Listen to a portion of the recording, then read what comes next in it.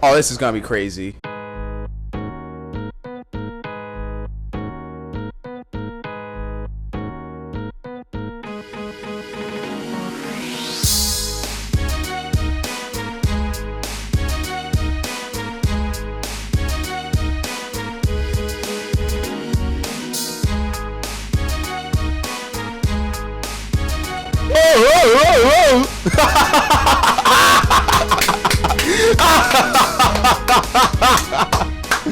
That was great.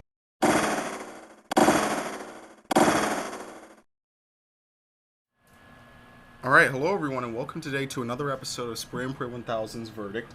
I am SpraynPray1000, and today we are going to be talking about Tales of Xillia 2, the latest in a long line of Tales games that Namco Bandai produces. Now, before I begin, I'm just going to say that I apologize if this review is going to be, pretty terse and pretty short.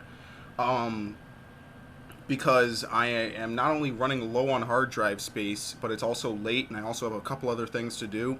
So I'm going to try and keep this review at least under 10, hopefully under 15 minutes. I'm going to try and aim for like 12. So we're going to start talking about it. So what is Tales of Xillia 2? Tales of Xillia 2 is the sequel to Tales of Xillia 1, which was released in America and other territories outside of Japan in 2013.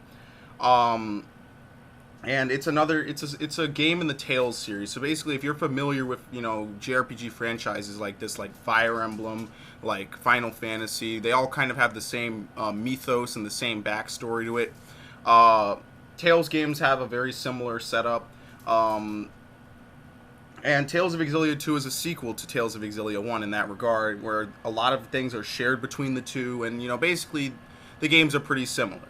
So the story of Tales of Xillia 2 is that it takes place a year after the end of Tales of Xillia 1, and you follow and play as, predominantly, a man called Luger Kresnik on his first day at trying out for a new job, and he eventually comes into contact and becomes the caretaker for a young girl whose name is Elle, and together they decide to set out and try to find this place called the Land of Canaan, a place where any wish is said to be able to be granted by a great spirit, and Elle wishes to do so she can reunite with her father, and her father's final request before they were separated was that she find her way to said land.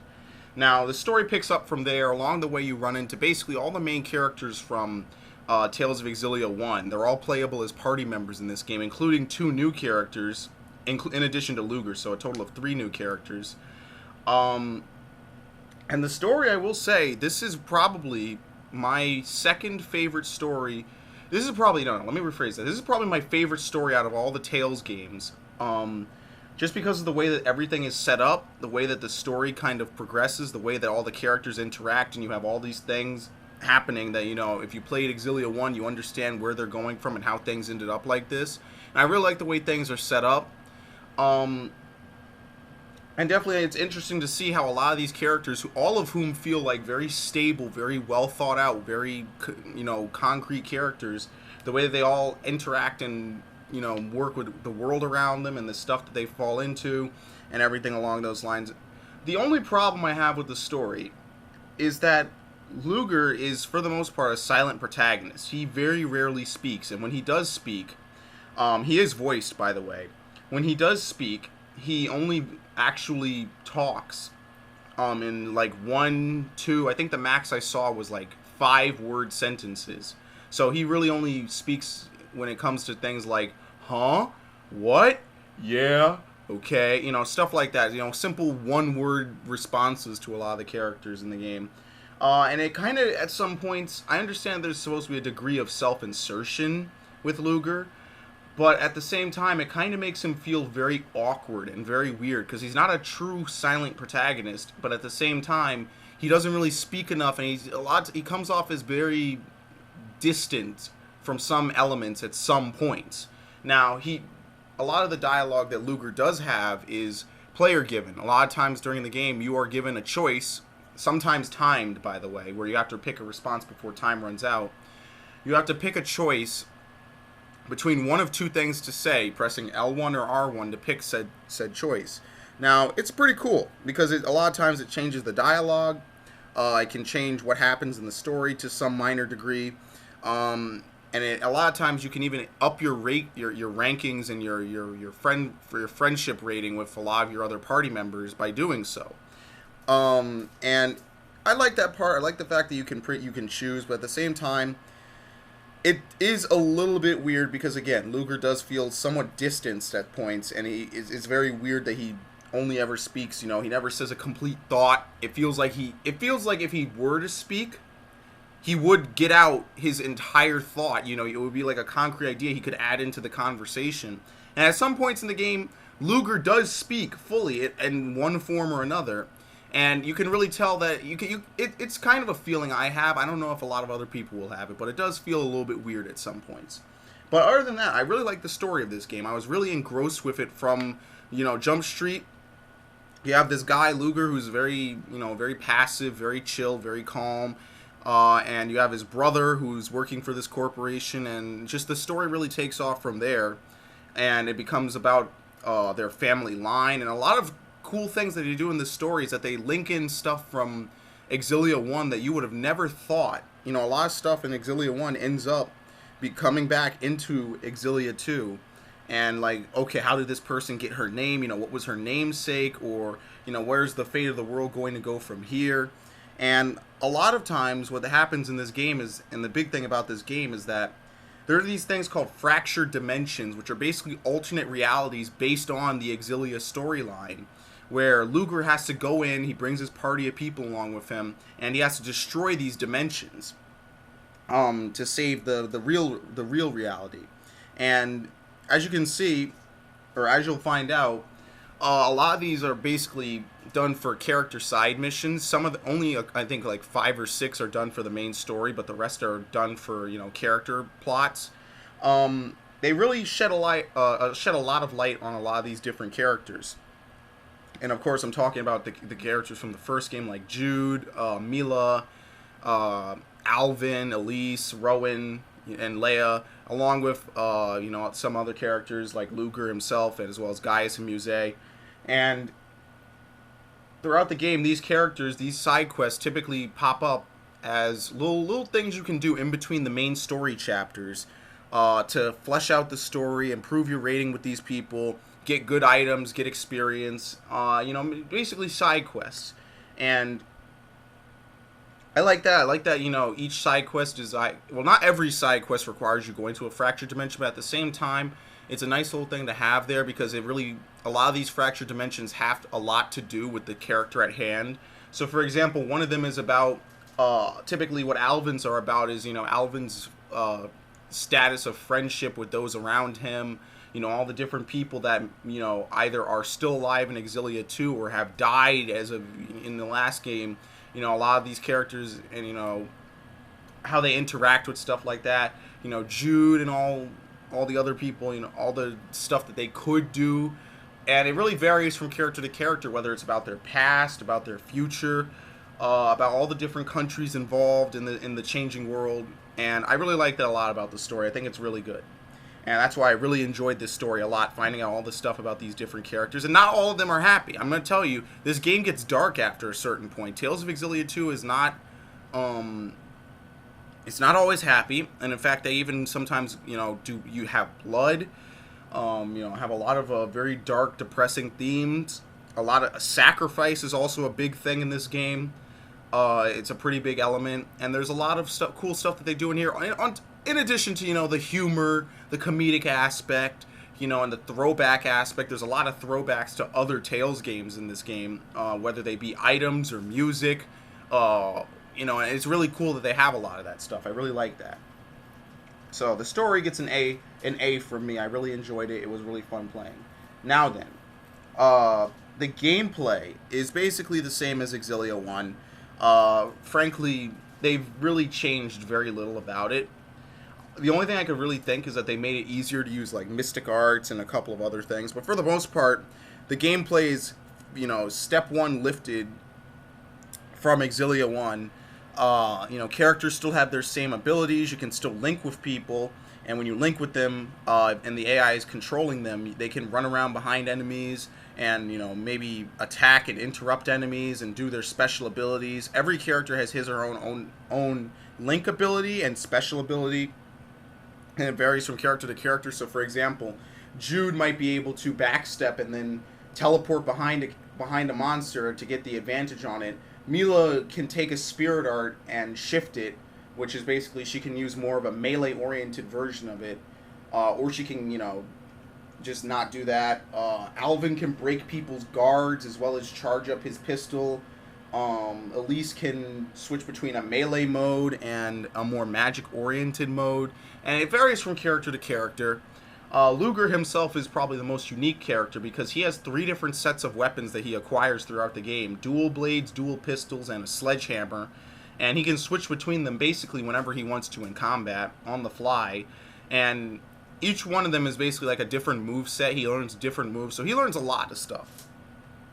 Also, the level up system has been changed in this game from expanding the Lilium Orb, which is basically done by fighting until you gain enough experience to progress it around, basically make this flower bloom, into this system where you have an orb and you have to put on extractors to gain so much of an element, and when you gain so many elemental points, basically experience for all the 6 elements, you learn a new ability or you learn a new skill. And at first it was a little weird, but I actually kind of ended up liking it a lot. And in fact, by the end of the game, I'd already mastered my character's allium orbs. I like that a lot. Also, I do like, I already talked about the Mystic Arts. The linked arts chain I'll return like usual. Basically, as I said, the game is basically plays exactly like Xillia 1. If you played Xillia 1, you basically know all the stuff. Of course, a few things have been made easier, better to pull off. You can have up to 16 arts once you reach a certain point in the story. So really, if you played Xillia 1, you know exactly what to expect. I'm not going to really harp on that too much. Soundtrack is great. Graphics are great. So basically, the 2 of those, I'm just going to say the presentation of this game is fantastic. I really enjoyed it. From the bottom of my heart, they really did a lot of good work with this story. Like, if you were to sit down with this story, I'd have to say that I really enjoyed sitting down and just relaxing and enjoying the story and playing through it. And the presentation definitely helps that. Now, there are a few funny moments where, like, little items on the characters, like, will bob around and block a shot. But that's really my fault for putting them on my characters, all these little optional accessories and whatnot. But some of the things I didn't like about this game. One thing I don't like about this game is, unlike Xillia 1, this game is very non-linear. Xillia 1 was pretty linear, I want to say, up until the end of the game. It was very linear, running through the different worlds, and ultimately, once you're at the end of the game, of course, you can do your free roam, you can do whatever you want, but one of the things that I really didn't like about this game was, while it was non-linear, which was really cool, I like that it was non-linear, I just felt like they didn't really, with all the areas that they were given in the game, basically since they lifted all the areas from Xillia 1 and brought them into Xillia 2, they really didn't, use all of them. Like, a lot of these areas are really only there either just because they were in the last game and they just brought them back, or, they just wanted them for side questing and whatnot. And frankly, it's kind of a waste. I wish there was a little more stuff that happened instead of, just the same old, same old. On the flip side, another thing I didn't like is that the game was... There's 2 worlds in the Xillia universe. There's a place called Rizamaxia, and there's a place called Olympias. And Tales of Xillia 1 largely focused on what's happening in Rizamaxia, all the stuff that's happening there. Where Rizamaxia is this place that's filled with, magic and all these other things, your traditional kind of fantasy world. And Olympias was more of a technological world where magic was dying out. So it's really a nice dichotomy. I really like that. But on the flip side is this game tried to focus a little more on Olympias, but at the same time really did not add that many different places to Olympias. It really did not. They added a whole new area of Olympias called the Drellin region, and that place only has 3 different areas, one of which you can only access once in the entire game as part of a fractured dimension for the main story. And it's a little lame because I really wish they had gone all out and kind of fleshed out more of Olympias, when in actuality all they did was kind of, I think, add 1 or 2 areas in the main spot. They added Drellin, and that was really it, compared to Rizamaxia, where the list of areas literally scrolls down, whereas in all three categories, whereas town, dungeon, and other, which is basically like places in between towns and dungeons, like roads. And they really didn't do that in Olympias, and I was a little disappointed that the game did not go that far. Also, but nonetheless, the game is still satisfying. But I really wish they had fleshed that out a little more. I think that would have been a bit better. Another thing that I didn't like is, as I said, I don't like how Luger sometimes feels very distant. It feels very distant from a lot of this stuff, and the story kind of feels a little disjointed. I don't know. I'm trying to remember what I really didn't like. Oh yeah, in combat you can no longer swap out your in combat, which was one of the big changes they had in Xillia 1. You could actively change your party in battle, which is something they've never done in a Tales game. You could actually swap out in battle. Like I said, same system as Xillia 1. You have 4 people you can bring into combat. In this game, you can't swap them anymore. You can't swap them while you're in combat. You're stuck with the 4 people you brought in. And even worse, if you're out in the field, you can't swap the 4 people you can't swap out your party with the 4 people that are with you. So if you bring person A, B, C, and D, and you leave a town, that's it. You're stuck with person A, B, C, and D until either a story event takes place or you go back to town and you can swap them in and out freely. And I kind of dislike that. I feel that that's a major step backwards, that you can't swap your party out whenever you want. Or even just from, not even in battle, just you can't swap them, period. Another thing that I didn't like is that, well, here's kind of where I'm a little mixed. Because on some cases it's really good. On other cases it's kind of, it doesn't really help. What they did in this game is, basically every character has a healing move. Every character has a long range move. Every character has, a close range move. They kind of made all the characters almost feel the same. So a lot of characters that were melee oriented, basically everyone now has a healing move. And well, you might be wondering why I would complain about every character being able to heal, especially when the AI really kind of does know for the most part what the best thing to do is.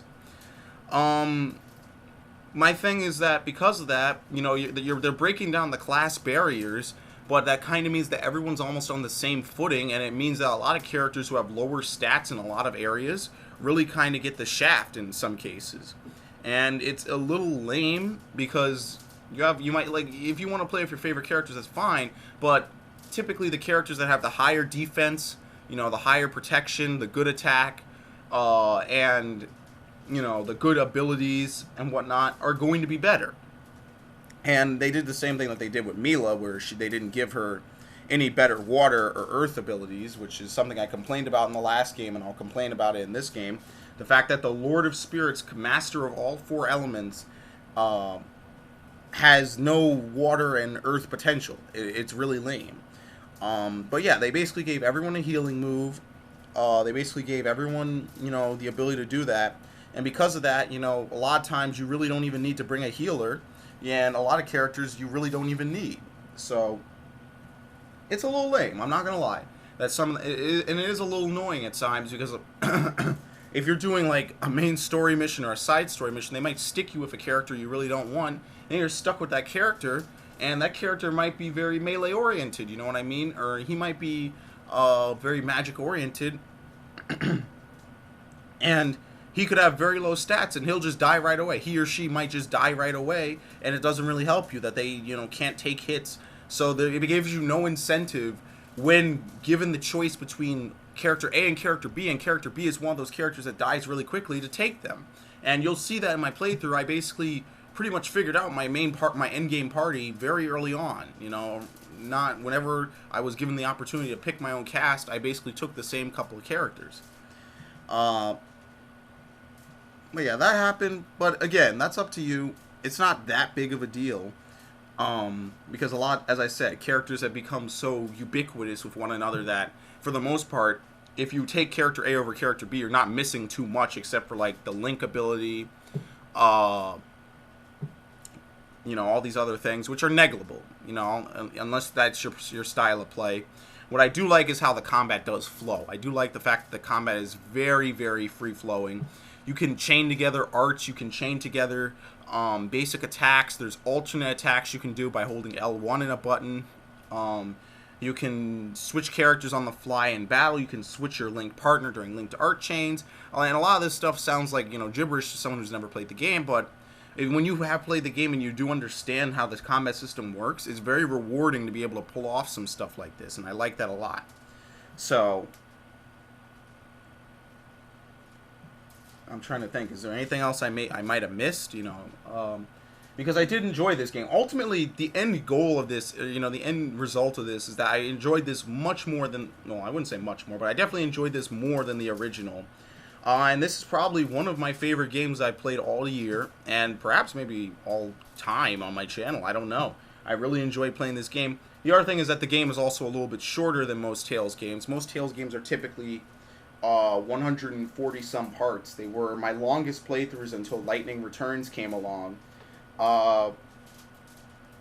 This game, I think, is probably not going to break 115, 120 at max. So it's a little bit shorter than the average Tales game, but again, that's because most of the stuff in this game is very non-linear. Like, for example, you don't have to do any character side stories. You can completely skip that. However, you miss out on leveling up, bonus scenes later, skits, all these different things. You miss out on them. And there's also a lot of area collection, material grinding. It's your standard fare RPG, and at the same time, it's very high. It's probably the top tier of what they've done in a Tales game. It's kind of, if you don't like it, there's just no redeeming it. It's not like there's one part of this game that you'll like if you don't like basically the whole package in general. So it's as I said, like most JRPGs, it's a niche sort of thing. If you don't like JRPGs, then you are just not going to like this game. There's not going to be too much flip-flopping room. But I digress. I've completely overshot my time limit, but that's just how much I really enjoyed this game, and I really stress that it's really well done. As other people and other websites kind of state that it's not too good and it's run-of-the-mill. I'd say that it's not exactly amazing, but it's definitely better than a lot of what the other Tales games have been. It's really fun, and it's a very good story. And in fact, I've played a lot of Tales games. I'm going to be honest. I've played a lot. Now, there's obviously people out there who have played 4 or 5 more than I have, and who have been around since the PlayStation 1 era. But I've been playing for actually 10 years at this point almost. And I really enjoyed Tales. I really like it a lot, and this one is definitely up there as one of my favorites. So take it from someone who's a real Tales fan who really enjoys playing them. This Tales game is really good. If you liked Xillia 1, you're gonna love this game. So if you were on the fence about it or anything along those lines and you weren't sure, take it from me, you're gonna enjoy this game if you liked Xillia 1. And definitely go out there, give it a look, and take it easy with that. So, ultimately, what would I give Tales of Xillia 2? Well, now, you have to understand that with all the choices that they did make, some of them are really pushed the game up, some of them really pushed the game down, and because of that, it was really kind of hard for me to to sit down and determine, which game did, Tales of Xillia 1, was it better or was it worse? Because a lot of this stuff that they did is really cool, all the cutscenes and all the stuff that they did. Or is Tales of Xillia 1 better overall, but this game has like a few things that it does here and there that are like way better, way above. Ultimately, I said that this game is definitely better than Xillia 1. So I'm going to give Tales of Xillia 2 a 96 out of 100. Only if, however, you like JRPGs. If you do not like JRPGs, you will not like this game, as I will say again and again and again on JRPG reviews. If you do not like JRPGs, you will not like this game.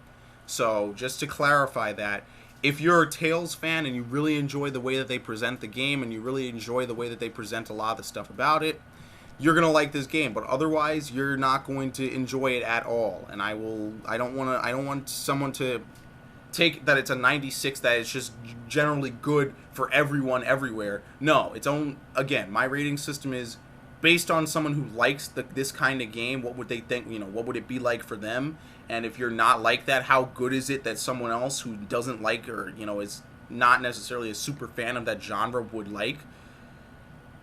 I can't say that this would be a 96 for someone who doesn't like JRPGs, because they might sit down, they might play for a few hours, and they might say, what the fuck did I just play, and never touch it again, and it'll be shit in their eyes. So that's just what I have to say. I enjoy Tales of Xillia 2 a lot. It's a really fun game in my opinion, and I'm planning on doing a New Game Plus as soon as I figure out how to grind some grades so I can do a New Game Plus.